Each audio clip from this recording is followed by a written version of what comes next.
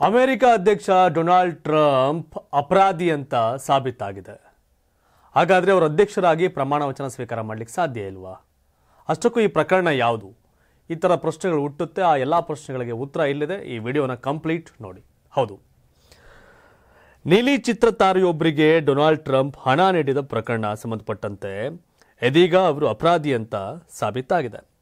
ಮುಜುಗರ ಉಂಟಾಗುವಂತಹ ವಿಷಯಗಳನ್ನು ಬಹಿರಂಗಪಡಿಸಬಾರದು ಅಂತ ನೀಲಿ ಚಿತ್ರತಾರೆಯೊಬ್ಬರಿಗೆ ಹಣ ನೀಡಿದ ಪ್ರಕರಣದಲ್ಲಿ ಅಮೆರಿಕ ನಿಯೋಜಿತ ಅಧ್ಯಕ್ಷ ಡೊನಾಲ್ಡ್ ಟ್ರಂಪ್ ಅವರಿಗೆ ಬೇಷರತ್ ಬಿಡುಗಡೆಯ ಶಿಕ್ಷೆ ವಿಧಿಸಿರುವ ನ್ಯಾಯಾಲಯವು ಟ್ರಂಪ್ ಅವರಿಗೆ ಜೈಲುವಾಸ ಅಥವಾ ದಂಡ ವಿಧಿಸಲು ನಿರಾಕರಿಸಿದೆ. ನ್ಯಾಯಾಲಯದ ಈ ತೀರ್ಮಾನವು ಟ್ರಂಪ್ ಅವರು ದೋಷಿ ಎಂದು ಘೋಷಿಸಿದ್ದನ್ನು ಖಚಿತಪಡಿಸುತ್ತದೆ. ಆದರೆ ಅಮೆರಿಕದ ಅಧ್ಯಕ್ಷರಾಗಿ ಅಧಿಕಾರ ವಹಿಸಿಕೊಳ್ಳುವುದಕ್ಕೂ ಮೊದಲು ಟ್ರಂಪ್ ಅವರು ಜೈಲುವಾಸಕ್ಕೆ ಗುರಿಯಾಗುವ ಅಥವಾ ದಂಡ ಪಾವತಿಸಬೇಕಾದ ಭೀತಿ ಇರೋದಿಲ್ಲ. ಜೀನಿ ಪರಿಡನ್ water supermarket, hotel, restaurant ಹಾಗೂ ನಿಮ್ಮ ಮನೆಯ ಯಾವುದೇ ಶುಭ ಸಮಾರಂಭಗಳಿಗೆ ಜೀನಿ ಮಿನರಲ್ ವಾಟರ್ ಸರಬರಾಜು ಮಾಡಲಾಗುತ್ತೆ. ಮ್ಯಾನ್ಹಟನ್ ನ್ಯಾಯಾಧೀಶ ಜುವಾನ್ ಎಂ ಮರ್ಚನ್ ಅವರಿಗೆ ಟ್ರಂಪ್ ಅವರನ್ನ ಗರಿಷ್ಠ 4 ವರ್ಷಗಳ ಅವಧಿಗೆ ಜೈಲು ಶಿಕ್ಷೆಗೆ ಗುರಿಪಡಿಸುವ ಅವಕಾಶ ಇತ್ತು. ಆದರೆ ಅವರಿಗೆ ಅಂತ ಶಿಕ್ಷೆ ವಿಧಿಸದೆ ನ್ಯಾಯಾಧೀಶರು ಪ್ರಕರಣವನ್ನ ಮುಕ್ತಾಯಗೊಳಿಸಿದ್ದಾರೆ. ಹೀಗಿದ್ರೂ ದೊಡ್ಡ ತಪ್ಪೊಂದನ್ನು ಮಾಡಿರುವುದು ಸಾಬೀತಾದ ನಂತರ ಅಮೆರಿಕದ ಅಧ್ಯಕ್ಷರಾಗಿ ಅಧಿಕಾರ ವಹಿಸಿಕೊಳ್ಳುವ ಮೊದಲ ವ್ಯಕ್ತಿ ಡೊನಾಲ್ಡ್ ಟ್ರಂಪ್ ಆಗಲಿದ್ದಾರೆ. ವರ್ಚುವಲ್ ಆಗಿ ಕೋರ್ಟ್ನಲ್ಲಿ ಹಾಜರಿದ್ದ ಟ್ರಂಪ್ ಅವರು ತಾವು ಯಾವುದೇ ಅಪರಾಧ ಎಸಗಿಲ್ಲ ಅಂತ ಹೇಳಿದರು.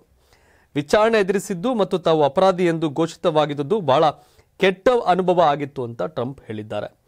ಅಮೆರಿಕದ ಅಧ್ಯಕ್ಷರಾಗಿ ಅಧಿಕಾರ ವಹಿಸಿಕೊಳ್ಳಲಿರುವ ಟ್ರಂಪ್ ಅವರಿಗೆ ದಂಡ ವಿಧಿಸುವ ಬದಲು ಅವರ ವಿಚಾರವಾಗಿ ಬೇಷರತ್ ಬಿಡುಗಡೆಯ ಕ್ರಮದ ಮೊರೆ ಹೋಗುವ ಆಲೋಚನೆ ತಮಗೆ ಇದೆ ಎಂಬುದನ್ನು ನ್ಯಾಯಾಧೀಶರು ಸೂಚ್ಯವಾಗಿ ಹೇಳಿದ್ದಾರೆ.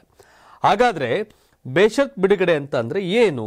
ಹೌದು, ಅಮೆರಿಕದ ನ್ಯೂಯಾರ್ಕ್ ರಾಜ್ಯದ ನ್ಯಾಯಾಲಯಗಳಲ್ಲಿನ ತುಸು ಉದಾರವಾದ ಮುಖ ಇದು.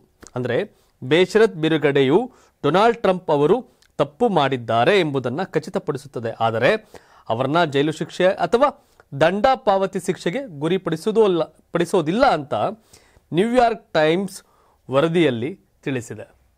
ಬಹಳ ವಿಚಿತ್ರ. ನಮ್ಮ ದೇಶದಲ್ಲಿ ಆಗಿದ್ರೆ 2-3 ವರ್ಷಕ್ಕಿಂತ ಹೆಚ್ಚು ಶಿಕ್ಷೆ ಆಗಿದ್ರೆ ಅವರು ಅನರ್ಹರಾಗ್ತಿದ್ರು. ಆದರೆ ಟ್ರಂಪ್ ಅಪರಾಧಿ ಅಂತ ಸಾಬೀತಾದರೂ ಯಾವುದೇ ಶಿಕ್ಷೆಗೆ ಗುರಿ ಆಗ್ತಾ ಇಲ್ಲ, ಗುರಿಪಡಿಸಿಲ್ಲ ಅಲ್ಲಿನ ನ್ಯಾಯಾಲಯ. ಹೀಗಾಗಿ ಟ್ರಂಪ್ ಸೇಫ್ ಆಗಿದ್ದಾರೆ. ಅಧ್ಯಕ್ಷರಾಗಿ ಪ್ರಮಾಣ ವಚನವನ್ನು ಸ್ವೀಕರಿಸೋಕೆ ಯಾವುದೇ ರೀತಿ ಸಮಸ್ಯೆ ಇಲ್ಲ. ಈ ಬಗ್ಗೆ ತಾವೇನು ಹೇಳ್ತೀರಿ?